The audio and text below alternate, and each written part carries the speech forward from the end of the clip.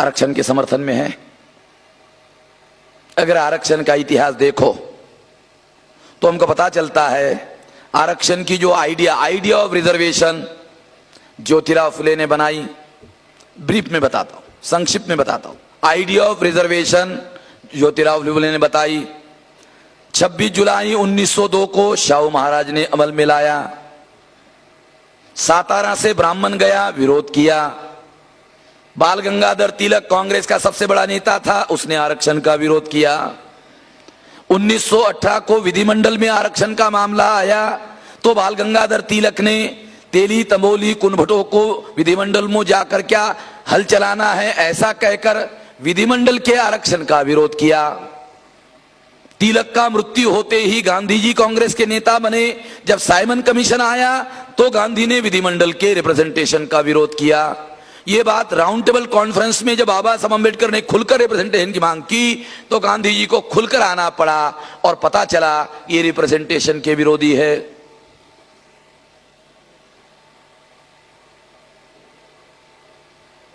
ये इतिहास है हमारे सामने, आरक्षण का जो इतिहास है ये हमारे सामने।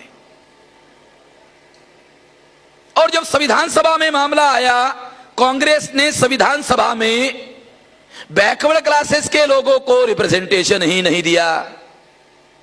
संविधान सभा में आरक्षण की लड़ाई बाबा साहब अम्बेडकर को लड़नी पड़ी। कांग्रेस संविधान सभा में आरक्षण का विरोध करती रही। बाबा साहब अम्बेडकर आरक्षण की लड़ाई संविधान सभा में लड़ाते रहे। एससी एसटी की तरह ओबीसी को भी आरक्षण मिले, ये लड़ाई बाबा साहब अम्बेडकर लड़ रहे थे, कांग्रेस ने नहीं मिलने दिया। इसलिए बाबा साहब अम्बेडकर जितना कर सकते थे 340वां आर्टिकल लागू कर दिया, संविधान में रखा। 26 जनवरी 1950 को जब संविधान लागू हुआ तो बाबा साहब अम्बेडकर ने नेहरू को कहा, 3 बार कहा, फिर भी नेहरू ने नहीं माना। बाबा साहब अम्बेडकर ने इस्तीफा दिया। इस्तीफे के दबाव की वजह से नेहरू को कमीशन बनाना पड़ा। कमीशन का चेयरमैन कालेलकर बनाया तो सैबोटेज का अंदेशा हुआ। उसके विरोध में फिर बाबा साहब ने लड़ाई लड़ी और कुछ लोग अंदर डाले। उन्होंने अदर बैकवर्ड क्लासेस की 2218 जातियों की लिस्ट बनाई। कालेलकर ने साइन किया। साइन करने के बाद रिपोर्ट राजेंद्र प्रसाद के पास गया। राजेंद्र प्रसाद ने इसके विरोध में लेटर जवाहरलाल को लिखा। लेटर मिलते ही जवाहरलाल ने पार्लियामेंट के सेंट्रल हॉल में कालेलकर को बुलाकर 31 पेज का लेटर इसके विरोध में लिखवाया। लेटर मिलते ही संसद में बहस करने से इनकार कर दिया। जवाहरलाल नेहरू ने 1954 में मुख्यमंत्रियों के नाम सीक्रेट लेटर निकाला। सीक्रेट लेटर में लिखा, आरक्षण से 2म दर्जे का राष्ट्र बनता है, अमल मत करना। मुख्यमंत्रियों के नाम संविधान के विरोध में जाकर लेटर लिखा जवाहरलाल नेहरू ने।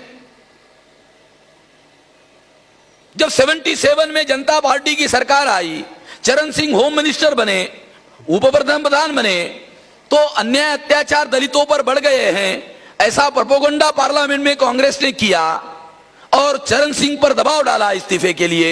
चरण सिंह को बड़ा गुस्सा आया। उसने पुराने फाइलों से जवाहरलाल नेहरू का आरक्षण विरोधी लेटर निकाला और कांग्रेस के मुंह पर फेंक के मारा और कहा, ये देखो तुम्हारे पुरखे कितने महान थे जिन्होंने आरक्षण का विरोध किया था, ये जरा आईना तो देखो।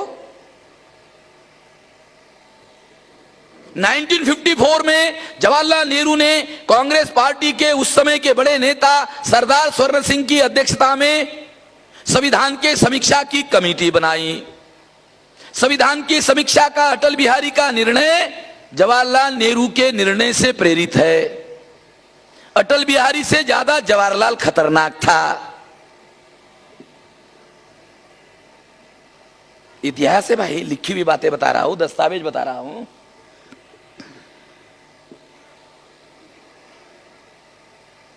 जब जवाहरलाल नेहरू ने बैकवर्ड क्लासेस का कमीशन डस्टबिन में कचरे के डिब्बे में डाला, फेंक दिया 1977 में, सभी नेताओं को अंदर डाला, 77 में आजाद कर दिया। फिर चुनाव हुआ, चुनाव में सारे नेता डरे हुए थे, अपोजिशन के, इंदिरा गांधी के विरोध वाले नेता सब इकट्ठा हो गए। उन्होंने मिलकर चुनाव लड़ा, इलेक्शन मैनिफेस्टो लिखा, इलेक्शन मैनिफेस्टो में लिखा अगर हमको बहुमत मिला तो हम कालेलकर कमीशन का निर्णय लागू करेंगे। सोचा नहीं था साला बहुमत मिलेगा, मिल गया, बहुमत मिल गया। मोरारजी प्रधानमंत्री बने। मोरारजी ने सोचा कि कालेलकर निर्णय नेहरू नहीं लागू किया, नेहरू नहीं लागू कर सका, अगर मैं लागू करूंगा साला खतरा पैदा हो जाएगा। उसने चाल चलने की योजना बनाई। बैकवर्ड क्लासेस का डेलीगेशन मोरारजी को मिला। मोरारजी को कहा, मोरारजी ए इलेक्शन मैनिफेस्टो, ए तेरा साइन, कालेलकर लागू करेंगे, हाँ लागू कर। मोरारजी गांधीवादी, गांधीवादी होने का मतलब है डबल स्पीक करना। डबल स्पीक करने का मतलब होता है कि एक ऐसी बात कही जाए जिसके दो दो अर्थ निकलते हैं, उसको कहते डबल स्पीक। अंग्रेजी में उसको कहते डबल स्पीक, यानी एक सेंटेंस कहने का मगर उसके दो अर्थ निकलते हैं। जैसे शरद पवार ने बजाज को समर्थन दिया तो क्या कहा, महाराष्ट्राच्या विकासामध्ये बजाजाचं महान योगदान असल्यामुळे आम्ही त्यांचं समर्थन करतो। बजाज आरक्षण का विरोधी है। बजाज का जब शरद पवार ने समर्थन किया तो जो आरक्षण विरोधी मराठा है उसको मेसेज गया, पवार साहेब आरक्षणाच्या विरोधामध्ये आहेत। हाँ ठीक है पवार साहेब, ठीक है। डबल स्पीक, समझ रहे हो? डबल स्पीक, एक सेंटेंस के दो मीनिंग,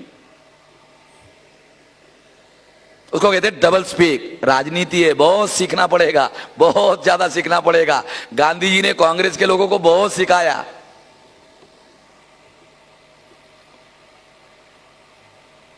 ये जो डबल स्पीक है, मोरारजी ने कहा अरे ये पुराना हो गया है, ये 53 का है, अभी 77 चल रहा है, ऐसा करते हैं। ऐसा करके इंदिरा गांधी ने क्या किया, इंदिरा गांधी ने जैसा उसका बाप था वैसा ही उसने काम किया, क्योंकि इंदिरा गांधी ये जवाहरलाल नेहरू की जायज संतान थी। इसके उल्ट में क्या होता है आप लोगों को मालूम ही है, आप ज्यादा समझदार हो। इंदिरा गांधी जवाहरलाल नेहरू की जायज संतान थी। जवाहरलाल ने पार्लियामेंट के टेबल पर नहीं रखा तो इंदिरा गांधी ने भी नहीं रखा। मगर जवाहरलाल के समय में और इंदिरा गांधी के समय में एक फर्क था। जवाहरलाल के समय में बैकवर्ड क्लासेस के लोग मेंबर पार्लियामेंट नहीं थे। इंदिरा गांधी के समय में 8% लोग बैकवर्ड क्लासेस के थे। उन्होंने पार्लियामेंट में हंगामा किया। जब हंगामा होता था, बार बार हंगामा होता था, तो अनुसूचित जाति जनजाति के लोगों ने भी साथ सहयोग किया। तो नॉर्थ इंडिया में बार बार मैसेज जाता था बैकवर्ड क्लासेस में कि कांग्रेस के लोग बैकवर्ड क्लासेस के विरोध में हैं, विरोध में हैं, विरोध में हैं। जब ये मैसेज जाता था तो इंदिरा गांधी को लगा, ब्राह्मणवादियों को लगा, क्या लगा ब्राह्मणवादियों को? ब्राह्मणवादियों को लगा कि 52% लोगों का अगर विरोध करते हैं तो पॉलिटिकल पावर चली जाएगी। अगर 52% का मंडल कमीशन समर्थन करता है, अगर कांग्रेस समर्थन करती है, ब्राह्मणवादी समर्थन करते हैं तो प्रशासनिक सत्ता चली जाएगी। समर्थन करने से एडमिनिस्ट्रेटिव पावर चला जाएगा। और विरोध करते हैं 52% का, पॉलिटिकल पावर चला जाएगा। समर्थन करना खतरनाक है, विरोध करना खतरनाक है। इसलिए समर्थन और विरोध करने के बजाय उन्होंने तीसरा रास्ता निकाला। तीसरा रास्ता क्या निकाला? इंदिरा गांधी ने रास्ता निकाला। क्या रास्ता निकाला? उसने जून महीने में, जून 84 में इंदिरा गांधी ने ऑपरेशन ब्लू स्टार की कार्रवाई स्वर्ण मंदिर पर की। स्वर्ण मंदिर पर ऑपरेशन ब्लू स्टार की कार्रवाई करते ही भिंद्रान वाले मारा गया। परिणामतः क्या हुआ? सारे देश भर में एक मुद्दे की चर्चा होने लगी। चर्चा का मुद्दा क्या था? मंडल कमीशन का चर्चा का मुद्दा गायब हो गया और चर्चा शुरू हुई खाली